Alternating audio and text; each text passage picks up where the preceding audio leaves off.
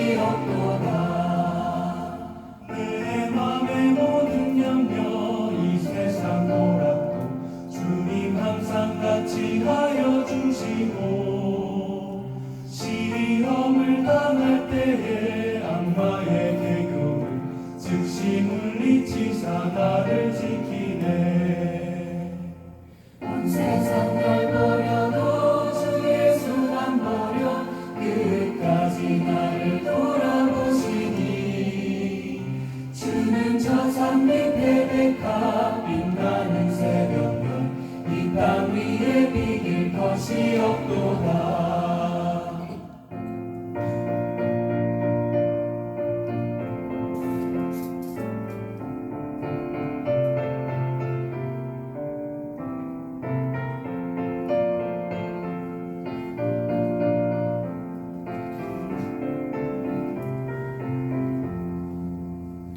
내 맘을 다하여서 주님을 따르며 길이 길이 나를 살아가리니, 물불이 두렵지 않고 장병도 겁없네. 주는 높은 산성 내 방패시라. 내 영혼 먹이시는 그 은혜 누리고 나 친히 주를 뵙기 원하네. 주는 저 산 밑에 백합 빛나는 새벽별 이 땅 위에 비길 것이 없도다.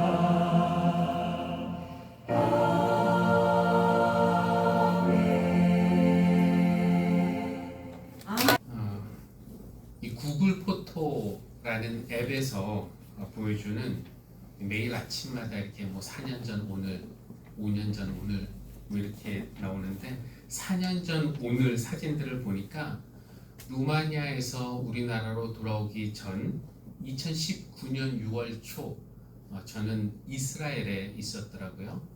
사진 한 2장 정도 보실까요? 이 갈릴리 호수이고요. 그 다음 사진도 역시 갈릴리 호수입니다. 이 갈릴리 호수 앞에 서서 숨을 크게 들이마시면 마치 주님이 2000년 전에 내쉬었던 그 숨을 느낄 수 있지 않을까라는 그런 생각이 들으면서, 비록 2000년의 시간은 떨어져 있지만 같은 공간에, 주님과 같은 공간에 있다라는 어떤 신비감을 느꼈던 기억이 납니다. 다음 지도 한번 보시면은요, 그 밑에 베들레헴이 있는데 예수님이 태어나신 곳은 잘 보이진 않지만 사해 왼쪽에 베들레헴, 그리고 어린 시절 예수님이 사셨던 곳은 나사렛, 그리고 공생의 기간에 예수님이 주로 사셨던 곳은 그 갈릴리 호수 북쪽에 있는 가버나움이라는 마을이었습니다.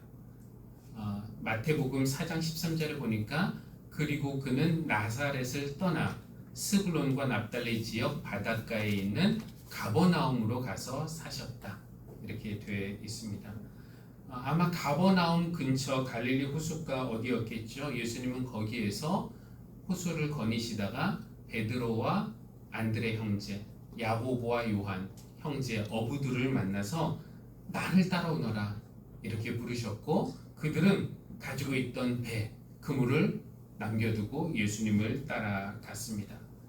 바로 이곳 가버나움에서 열병을 앓았던 베드로의 장모를 고치셨고, 또 귀신 들린 사람들과 여러 병자들을 고쳐주셨습니다. 그래서 많은 사람이 예수의 소문을 듣고 그를 보기 위해서 가버나움에 몰려들었고, 또 가버나움 뒤쪽에 낮은 산 중턱에 올라가서 그들에게 말씀을 선포하고 가르치셨습니다. 마음이 가난한 사람은 복이 있다, 하늘나라가 그들의 것이다. 슬퍼하는 사람은 복이 있다, 하나님이 그들을 위로하실 것이다. 이런 사람은 복이 있다고 8번 선포하신 그 자리에 지금은 팔복교회라는 교회가 세워져 있는데요. 역시 한번 사진 보실까요? 저 뒤에 갈릴리를 호수를 배경으로 교회 하나 서 있는데, 가버나움 그 뒤쪽에 있는 산 팔복교회라는 교회입니다. 한 5,000명을 먹이신 곳도 여기 가버나움 근처였고, 로마 백부장의 종을 고치신 것도 가버나움이었습니다. 하루는 여기에서 가버나움에서 배를 타고 여기를 출발해서 저 호수 건너편 이방인의 마을 거라사에 가셨고 거기에서 군대 귀신 들린 그 사람을 고쳐 주셨습니다. 그리고 다시 그 사람들이 떠나라고 해서 호수를 건너 가버나움으로 돌아오셨어요. 화면 한번 볼까요? 마태복음 9장 1절 보니까 예수께서 배에 오르셔서 바다를 건너 자기 마을로 돌아오셨다. 자기 마을이라는 것은 가버나움이죠. 그런데 사람들이 중풍병 환자 한 사람을 침상에 누인 채로 예수께로 날라왔다라고 되어 있습니다. 예수님이 계셨던 그 집 앞에 사람들이 너무 많아서 이 중풍병자가 문으로 사람들이 그를 문으로 데리고 올 수가 없었어요. 그래서 4명이 어떻게 했습니까? 이 중풍병자의 침상을 들고 지붕, 옥상 그 지붕으로 올라갔고 거기서 지붕을 걷어내고 구멍을 뚫어서 침상을 줄에 달아 내렸습니다. 말이 쉽지 이게 남의 집에 이래도 되는 겁니까? 이 중풍병 환자 고쳐달라고 예수님께 데리고 오는 것은 좋지만 허락도 없이 남의 집 지붕을 뜯어내고 구멍을 뚫다니 기물파손죄 아닙니까? 근데 여기는 누구의 집이었을까요? 마태는 정확하게 누구의 집이었는지 말하고 있지 않지만 마가복음에 같은 이야기가 있는데 마가복음 한번 확인해 볼까요? 2장 1절과 2절을 보니까 며칠이 지나서 예수께서 다시 가버나움으로 들어가셨다. 이게 지금 거라사에서 가버나움으로 들어가신 거예요. 예수가 집에 계신다는 말이 퍼지니 많은 사람이 모여들어서 마침내 문 앞에조차 들어설 자리가 없었다. 예수가 집에 계신다라는 말이 퍼졌는데 그 집은 누구의 집이겠습니까? 당연히 예수님 집, 가버나움에 있는 예수님의 집 아닐까요? 그냥 누가 우리 집 지붕을 뚫고 이렇게 걷어내고 이러면은 짜증이 날 만도 할 텐데 예수님은 당신의 집 지붕이 파손되든 말든 상관하지 않으셨던 것 같아요. 기꺼이 그 사람을 받아주셨고 그를 고쳐주셨고 돌려보내셨습니다. 이런 일이 일어난 것이 바로 가버나움 예수님의 집이었습니다. 그리고 오늘 우리가 읽은 본문을 보니까 예수님이 집에서 나오셔서 길을 가시다가 세관에 앉아있는 마태라는 사람을 만나셨습니다. 원래 안면이 있던 사람이었을까요? 마태는? 예수님은 그를 보면서 나를 따라오너라. 그러자 마태는 세관에서 앉아있던 자리에서 일어나서 예수님을 따라갔다라는 것이에요. 나를 따라오너라. 이 말은 전에 예수님이 갈릴리 호숫가에서 어부들에게 했던 말씀과 다를 것이 없습니다. 예전에도 베드로와 안드레, 야고보와 요한 부르셨을 때도 같은 말로 나를 따라오라고 그렇게 부르셨고 그들도 망설임 없이 즉각적으로 응답했습니다. 배, 그물, 가족을 뒤로하고 예수님을 따라 나섰습니다. 그러니까 오늘 마태도 마찬가지예요. 그도 망설임 없이 곧장 일어나서 예수님을 따라갔는데 다른 점이 있다면은 마태는 세리였다라는 것입니다. 그러니까 세금을 거두는 일과 어부의 일, 고기를 잡는 일은 엄연히 다른 일이에요. 물론 직업에는 귀천이 없다지만 그 당시 세리는 좀 아니죠. 여러분 아시다시피 침략국인 로마 제국의 하청을 받아서 자기 동족에게 세금을 걷어서 갖다 바치는 그 일을 대행한 사람들이 세리였습니다. 그런데 엄밀히 말하면 로마 정부의 일을 하지만 공무원 신분은 아닙니다. 어떻게 보면 자영업자의 개념이라고 할 수 있는데 일정 지역, 여기 가버나움과 그 몇 동네를 이렇게 일정 지역을 로마와 계약을 하고 세금을 선입금했답니다. 미리 돈을 내는 거예요. 그리고 이제 이 지역에서는 세금 징수의 권한을 부여받아서 거둘 수 있는 만큼 많이 거두는 것입니다. 그러니까 돈을 먼저 입금을 했으니까 확실한 동기부여가 생긴 셈이죠. 이제부터는 일종의 사업인 셈입니다. 어떻게 하면은 많은 세금을 거둘 수 있을까? 그들은 온갖 머리를 굴려서 여러 세금 항목들을 만들어냈습니다. 토지, 토지세, 소득이 생기면은 소득세, 보유세라는 것도 있는데 배의 크기에 따라서, 그물 크기에 따라서 세금 얼마씩 내라고 얘기하고, 무언가 취득하면 취득세, 상속세, 증여세 뿐만 아니라 파는 물건에다가 붙이는 부가가치세, 일정 지역에 들어오거나 나갈 때 사람에게 붙이는 통행세, 또 물건에 붙이는 관세. 세리들은 자기 몫을 챙기기 위해서 과한 세금을 부과하고, 또 그거 받아내기 위해서 사람들에게 협박도 하고, 또 아마 더 받기 위해서 서류를 위조하기도 했을 것입니다. 로마 제국이 그들 뒤에 있으니까 사람들이 그들의 횡포를 막을 수는 없지만, 그러나 사람들 사이에서 세리라고 하면은 늘 수치와 혐오의 대상이었습니다. 저런 매국노들, 반역자들, 악질 같은 이라고. 물론 모든 세리가 다 나쁘다라고 말할 수는 없어요. 그냥 어쩔 수 없는 상황에 몰려서 그 직업을 선택할 수밖에 없었던 사람들도 있었을 것이고, 또 나름 정직하게 세금을 걷었던 그런 세리들도 있었을 것입니다. 근데 어쨌든 예수님이 당신의 제자로 세리 마태를 선택하셨다라는 것은 분명히 논란이 될 만한 일이었어요. 논란에도 불구하고 마태를, 세리를 부르신 이유, 그에게 뭐 특별한 능력이라도 있었을까요? 그에게 뭐 돈이 많았을까요? 그런데 예수님이 세리를 당신의 제자로 삼으셨다는 사실에 사람들이 시험을 받아서 예수님에게 실망하고 돌아선 그런 사람들도 많았을 것입니다. 그런데 보니까 예수님 주변에 세리가 마태만 있었던 것은 아니에요. 많은 세리와 죄인들이 예수님 주변에 몰려들었습니다. 그러니까 마태를 제자로 부르자마자 어떤 일이 이어지는가? 9절과 10절 보면은, 9절에서 예수께서 거기서 떠나서 길을 가시다가 마태라는 사람이 세관에 앉아 있는 것을 보시고 말씀하셨다. 나를 따라오너라. 그는 일어나서 예수를 따라갔다. 예수께서 집에서 음식을 드시는데 많은 세리와 죄인이 와서 예수와 그 제자들과 자리를 같이 하였다. 많은 세리들이 모였는데 집에서, 여기는 누구의 집일까요? 저는 그 집이 늘 마태의 집일 것이라고 생각을 했었습니다. 어쩌면은 그것이 삭개오의 영향 때문인지도 모르겠어요. 예수님이 여리고의 세리장 삭개오를 발견하신 후에 삭개오야 어서 내려오너라. 오늘은 내가 내 집에 묵어야겠다. 이렇게 하신 것 때문인지 몰라도 이날도 저는 예수님이 마태 집에 초대받으셨다라고 생각을 했었습니다. 그런데 오늘 말씀을 보십시오. 그는 일어나서 예수를 따라갔고요. 예수께서 집에서 음식을 드시는데 많은 세리와 제자들이 같이 했다고 하면은 이 집은 예수님의 집일 가능성이 더 크지 않을까요?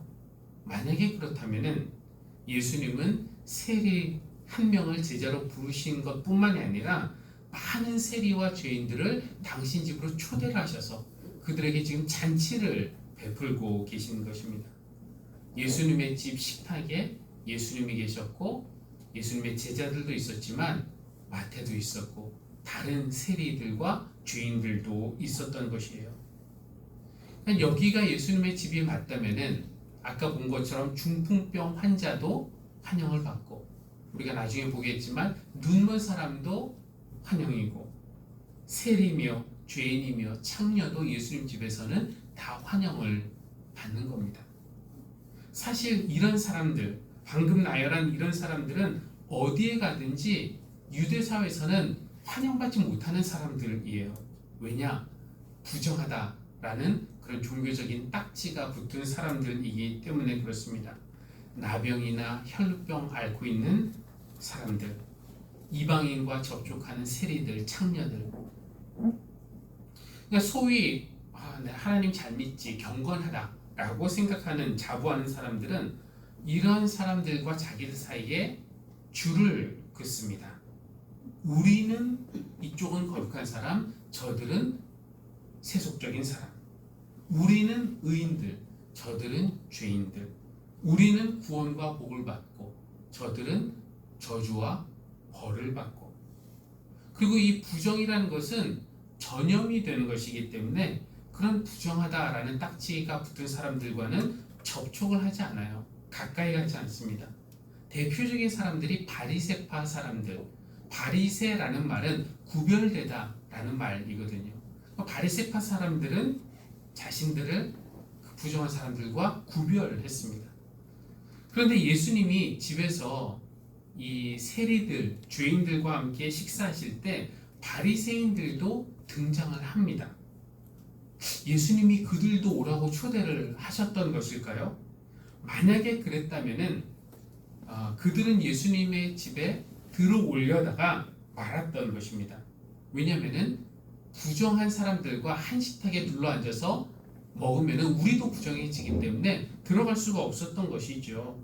아마 예수님이 여러분도 오십시오 이렇게 초대받을 때는 그래 예수님이라는 청년이랑 한번 우리가 거룩한 하나님에 대해 나라에 대해서 좀 수준 높은 신학적 대화를 나눌 수 있겠다라고 기대했을 것인데, 그런데 가보니까 자기들만 초대받은 것이 아니라 상종 못할 거라고 생각하는 세리들도 죄인들도 다 와 있으니까 그 안에 들어갈 수가 없었던 것이에요.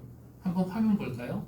바리새파 사람들이 이것을 보고, 즉 예수님이 제자들과만 있는 것이 아니라 세리들, 죄인들 다 모여 있는 거 보고 예수의 제자들에게 기분이 나빠서 묻는 겁니다. 어찌하여 당신네 선생은 세리와 죄인과 어울려서 음식을 드시오? 그렇게 보니까 이 바리새인들은 선을 긋는 전문가들이라고 말할 수 있어요. 거룩과 세속 사이에 줄을 걷고, 그렇죠? 유대인과 이방인 사이에 줄을 걷고, 정결과 부정 사이에 줄을 걷고. 이 사람들은 언제나 자기가 다른 사람들과는 좀 다르다라는 것을 강조하고 싶었습니다. 그러니까 자기들의 의로움을 더 돋보이게 하기 위해서 어떻게 보면은 세리와 죄인들이 필요했던 사람들인데요. 좀 아이러니하죠. 늘 세리와 죄인, 창녀 비난하지만 근데 그들이 없어지면 더 큰일입니다. 왜냐하면은 그들이 있어야 나의 거룩함이 더 빛나기 때문에 그렇습니다. 바리새인들은 이렇게 언제나 자기들이 정죄하고 비난하고 조롱할 그런 대상을 만들어냄으로써 그래 우리는 좀 다르지, 우리가 의롭다 라는 생각을 더 굳히게 되는 것이죠. 이런 사람들은 그렇게 저런 사람들과 나를 분리시키는 것이 하나님의 율법을 잘 지키는 일이라고 생각을 했지만, 결국 그렇게 하면서 내가 더 상대적으로 우월하다라는 그런 상대적 우월감인 오히려 그들을 예수님에게 다가가지 못하게 하는, 어떻게 보면 철창 같은 것이 되고 만 것이에요. 자기들 스스로를 가두고 나니까 예수님의 집에 초대받아도 들어가지 못해요. 예수님은 당신 집에서 이렇게 사람들 사이를 구분짓는 선을 지우는 일을 하셨는데, 바리새인들은 자기들이 그어놓은 선을 건너지 못해서 예수님에게 다가가지 못하게 된 것입니다. 물론 그렇다고 뭐 세리, 창녀, 죄인들은 다 착하고 바리새인들은 다 나쁘다 이런 거는 아니지만, 다만 예수님의 집에는 사람을 판단하고 정죄하고 조롱하고 모욕하는 그런 선이 예수님 집에 존재하는 것이 아니라 오히려 모든 죄를 용서하고 모든 것을 치유하고 모든 것을 새롭게 할 수 있는 은혜가 넘치는 그런 집이 바로 예수님의 집이다라는 것입니다. 예수님이 이렇게 집 안에서도 경계선을 지우는 일을 하셨기 때문에 집 밖에 나가서도 같은 일을 하셨어요. 이어지는 이야기에서 두 사람이 그 기적을 경험하게 되죠. 예수님은 지도자의 딸, 이미 죽은 지도자의 딸을 살리셨고, 또 12해 동안 혈루증을 앓고 있던 여인을 고쳐주셨습니다. 그래서 지도자라고 하면은 회당장을 말하는데, 요즘 말로 하면은 목사 같은 사람이죠. 회당장이 길을 가던 예수님에게 찾아와서 방금 제 딸이 죽었는데 그래도 예수님이 오셔서 손을 얹어주시면은 살 것입니다 라면서 도움을 청합니다. 예수님이 따라가세요. 근데 가시는 길에 한 여인이 예수님에게 접근을 합니다. 아무도 모르게 접근을 해서, 근데 그 여자는 누구였냐면은 혈루병을 앓고 있던 여인이었습니다. 이 두 사람, 회당장과 혈루병 여인을 한번 비교해 볼까요? 회당장은 어떤 사람이냐면은 회당에 오는 사람들에게 제가 여러분에게 하듯이 율법을 가르치고 또 율법대로 살도록 잘 지도하고, 가정컨대 자기도 율법을 잘 지키는 그런 사람이었을 겁니다.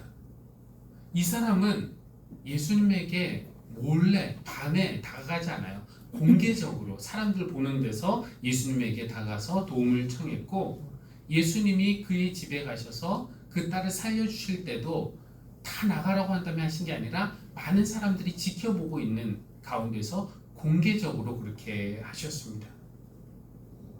그러나 이 혈루병 걸린 여인은 아무도 모르게 예수님에게 다가갔고 몰래 그의 옷자락에 손을 대었습니다. 그가 낳은 것도 본인과 예수님 외에는 아무도 몰랐던 것이에요. 그러니까 회당장은 공개적으로 왔고 이 혈루증 앓던 여인은 아무도 모르게 비밀스럽게 왔다라는 것이 큰 차이점인데요. 글쎄, 공개적으로 왔다는 것은 어떤 뜻일까요? 그만큼 자기 자신에 대해서 뭔가 자신이 있었다라는 이야기일 것이고, 몰래 왔다는 것은 자기를 숨기고 싶은 마음이 있었다는 뜻일 겁니다. 그러니까 회당장은 나는 열심히 하나님의 일을 하는 사람, 율법을 가르치고 사람들에게 본이 되고 사람들의 존경을 받고, 그러니까 그 사람 안에는 은근히 나는 하나님의 좀 호의를 받을 만한 그런 사람이지 라는 마음이 은근히 있었던 것입니다. 반대로 이 여인은 12해 동안 혈루증 때문에 부정하다라는 딱지를 달고 살았던 사람입니다. 사람들이 아무도 이 여인을 원하지 않아. 가까이 오지 마, 가까이 오지 마. 그러니까 난 자격이 없다. 아무도 나를 반겨주지 않는다. 이런 마음이 있었던 것이죠. 그냥 지난 12년 동안 이 여인은 자기가 부정하다는 이유로 이 회당장이 장으로 있는 그 회당에 가고 싶어도 못 가는 겁니다. 그 회당장이 입구에서 막았겠죠. 아니면 누구를 시켜서 막았겠죠. 당신은 부정하니까 여기 못 들어옵니다. 다 나은 다음에 오시오. 그냥 정결하다는 회당장과 부정하다는 이 혈루증 여인 사이에는 이렇게 보이지 않는 선이 있었던 겁니다. 그러나 회당장 눈에는 너무나 잘 보이고 또 바리새인들 눈에는 너무나 잘 보이는 이 선이 예수님의 눈에는 보이지 않았던 것 같아요. 회당장의 딸만 소중한 사람입니까? 모두가 부정하다고 말하는 그 혈루증 여인도 예수님에게는 소중한 딸이었습니다. 그래서 예수님은 그 여인을 딸아 이렇게 불러요. 하나님의 딸이라는 거죠. 기운을 내거라 딸아, 내 믿음이 너를 구원하였다. 그 순간에 그 여인은 나았고, 이제 병이 나았으니까 부정하다는 딱지가 떼어진 것이고, 이제 부정하지 않으니까 얼마든지 이제 회당장이 막을 수 없어요. 이제는 그 회당에 마음대로 가서 하나님을 예배할 수 있게 된 것입니다.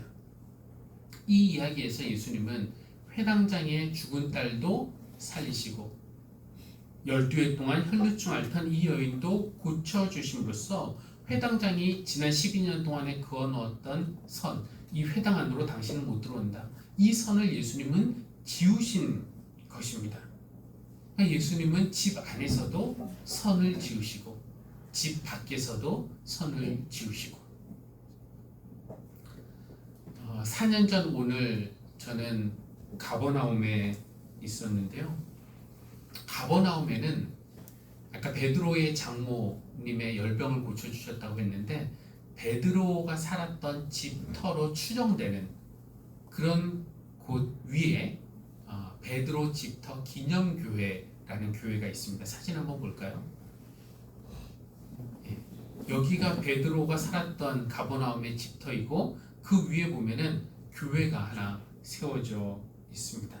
또 가버나움에는 아마도 이 회당장, 우리가 오늘 읽은 그 회당장이 장으로 있었던 곳으로 추정되는 회당도 하나 흔적이 남아 있는데요. 역시 사진 한번 볼까요? 예, 여기가 그 위에 세워진 사색에 세워진 그런 회당의 흔적이라고 합니다. 안타까운 것은 예수님도 가버나움에 사셨는데 예수님의 집에 고고학적인 흔적은 발견되지 않은 것 같아요. 중풍병자, 눈먼 사람, 세리들, 죄인들, 심지어 바리새인들까지 누구나 초대받고 환영받은 그 예수님의 집. 사람을 정결과 부정으로 가르는 선이 없고 대신 모두를 치유하고 고쳐주고 새롭게 하는 은혜가 넘치는 그 예수님의 집. 만약에 그 예수님의 집의 흔적이 남아 있었다면은 사람들은 그 위에 멋진 교회를 지었을 것이고 저도 이런 사진들 대신에 그 앞에서 셀카로 찍은 사진을 여러분에게 보여주었을 텐데 아쉽습니다. 그런데 예수님의 집이 없으면 또 어떻습니까? 그렇죠? 예수님이 지금 내 안에 사시면은 내가 예수님의 집이 되고 예수님이 우리 안에 살아계시면은 우리 교회가 예수님의 집이 되는 것 아니겠습니까? 그러니까 우리가 예수님의 집에 산다라는 것은 나와 다른 사람을 구별하는 선을 내가 쭉 긋고 그는 죄인, 나는 의인. 내가 저 사람보다 낫다. 라는 이런 상대적 우월감이라는 철창 속에 나를 가두는 것이 아니고 생각해보면 세리보다 나을 것도 없고 혈루증 여인보다 더 깨끗할 것도 없는 나 같은 죄인도 초대하시고 환영하시는 그 주님의 은혜 가운데 사는 것, 그것이 예수님 집에 사는 것이고 그리고 그 은혜를 맛보았기 때문에 예수님이 이 죄인들 세리들한테 너희 회개하라 이렇게 말하지 않았지만 그 은혜를 맛보았기 때문에 이제는 스스로 내가 죄에서 떠나야겠다 그렇게 결단하고 예수님의 뜻에 맞게 살기로 결단하는 것이 바로 예수님의 집에서 실제로 살아가는 그런 모습일 것입니다. 예수님이 거하시는 집이 되어 살아가는 우리 모두가 되기를. 그래서 우리의 삶 속에서 다른 사람과 나를 구별하는 선을 긋는 것이 아니라 그런 선을 지우면서 살아가고 또 동시에 예수님의 은혜의 통로가 되어서 살아가는 우리 모두가 되기를 주님의 이름으로 기원합니다. 찬송가 109 하나님 가버나움에 있었던 예수님 집의 흔적은 더 이상 남아있지 않지만 우리가 살아있는 예수님의 집이 되게 하여 주십시오. 바리새인처럼 어떤 이들을 죄인으로 규정하고 그들을 은혜로 인도하려 하는 그런 마음보다는 오히려 그들과 우리를 비교하며 상대적 우월감을 느끼려고 그들을 정죄했던 모습을 애통한 마음으로 회개합니다.